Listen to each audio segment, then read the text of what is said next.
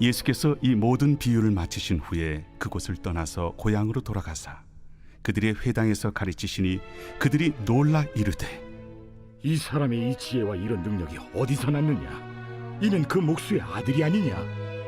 그 어머니는 마리아, 그 형제들은 야고보, 요셉, 시몬, 유다라 하지 않느냐? 그 누이들은 다 우리와 함께 있지 아니하냐?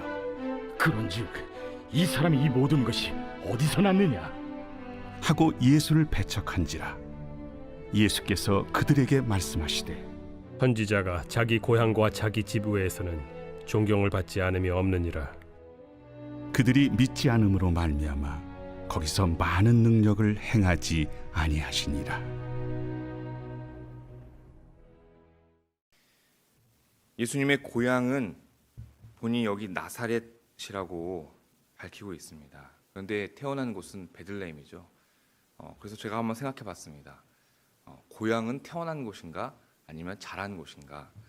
성경을 보자면 자란 곳이 그 고향이라 할 수 있지 않을까 합니다. 그래서 예수님께서 어릴 적 나사렛에서 지내다가 이제 베들레헴에서 지내다가 나사렛에서 살게 되었고, 가운데 동네에 있는 많은 사람들이 예수님과 그의 가족들을 잘 알고 있었습니다. 누가복음에 보면은 예수님이 사람들에게 사랑을 받았다라고 되어 있는 것을 볼 때 예수님은 그 지역에서 이 나사렛에서 사람들에게 사랑을 받고 누구나 잘 아는 그런 사람이었다라는 것을 알 수가 있습니다. 그리고 유대인들은 공동체 생활이 익숙합니다. 그래서 제가 월요일 날 새벽에 말씀을 전하면서도 몇 번 말씀을 드렸지만 이들은 자신의 그 동네에, 그 공동체에, 그 집에 숟가락이 몇 개 있는지, 오늘 무슨 밥을 먹는지조차 알 수 있는 그런 유대의 관계가 아주 좋았습니다.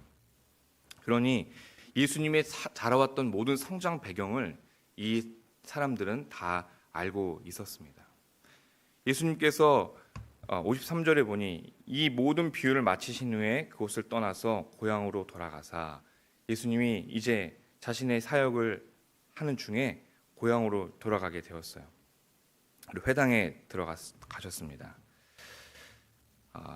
우리가 한번 상상을 해볼 수가 있습니다. 여러분들이 잘 알고 있는 한 청년이 있는데 교회에서 열심히 봉사하고 헌신하고 사람들에게 인정받고 참 사랑받는 청년이 있었습니다. 그 청년이 고향을 떠나서 멀리 떠났다가 다시 돌아왔는데 회당에서 어쩌면 이렇게 단위 위에 올라와서 하나님의 말씀을 전하는 그런 모습을 본다면 여러분들의 마음이 어떻겠습니까? 첫 번째로 그들의 마음 가운데는 대견하다는 마음이 들었을지도 모르겠어요. 저 친구가 많이 성장했구나. 어떻게 저렇게 회당에서 하나님의 말씀을 전할 수 있는 그런 사람이 되었을까라는 생각을 할 수 있을 것 같아요. 그들이 놀라 이르되 이 사람의 지혜와 이런 능력이 어디서 났느냐. 그러니 이 청년의, 예수라는 사람이 청년의 이 말하는 그 솜씨가 굉장한 지혜가 묻어나와서 놀랄 수밖에 없었습니다. 그리고 이런 능력이 어디서 났느냐라고 말씀하셨을 때 우리가 이 기록되어 있진 않지만 분명히 예수님께서 거기 그 사람들에게 어떤 능력을 보이지 않았나라는 추측을 또 해볼 수가 있습니다. 그리고 이런 반응이 일어나기 시작합니다. 이는 그 목수의 아들이 아니냐? 그 어머니는 마리아, 그 형제들은 야고보, 요셉, 시몬, 유다라 하지 않느냐? 그 누이들은 다 우리와 함께 있지 아니하냐? 그런즉 이 사람이 이 모든 것이 어디서 났느냐? 이 고향에 있는 이 사람들은 예수님에 대해서 너무나도 잘 알고 있었습니다.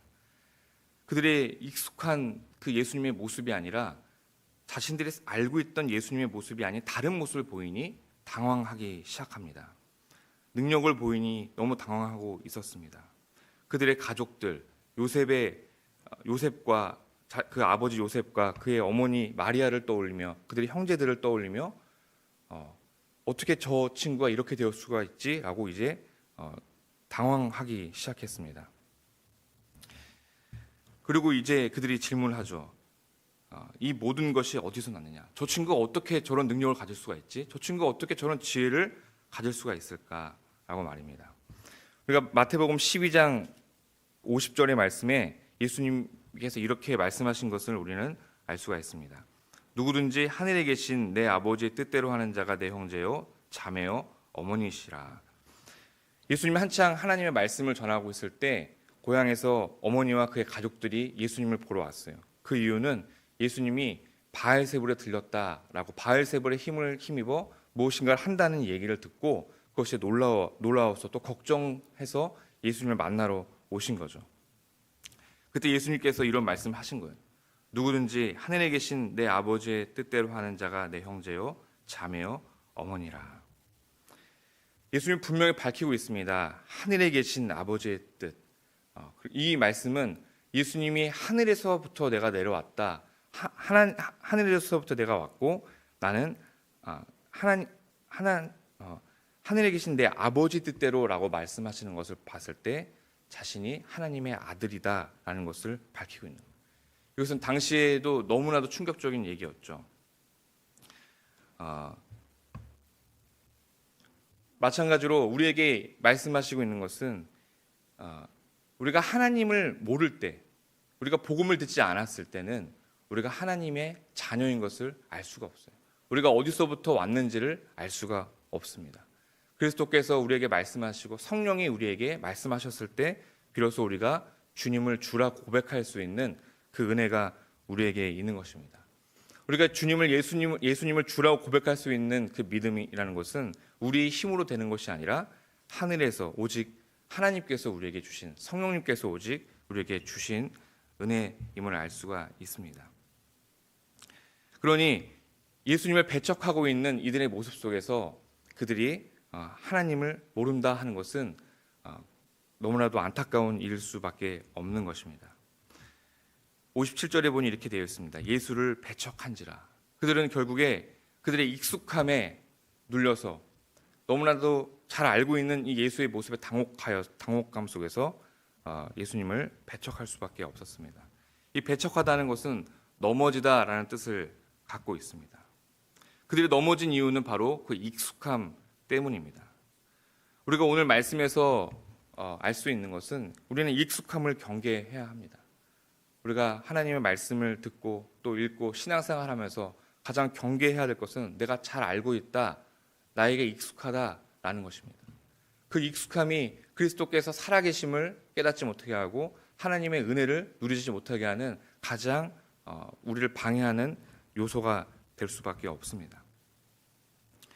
58절 말씀입니다. 그들이 믿지 않음으로 말미암아 거기서 많은 능력을 행하지 아니하시리라. 능력을 행하지 않았다는 것은 우리가 잘못 생각하면 우리가 하나님의 능력을 통제할 수 있다라는 것으로 오해할 수도 있습니다.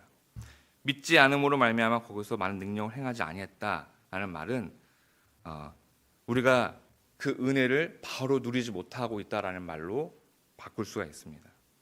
우리 익숙함을 통해서 예수님을 주로 시인하지 못하고 그리스도를 살아계신 하나님을 우리가 만나지 못할 때 우리는 그 은혜를 충분히 누리지 못하는 것입니다.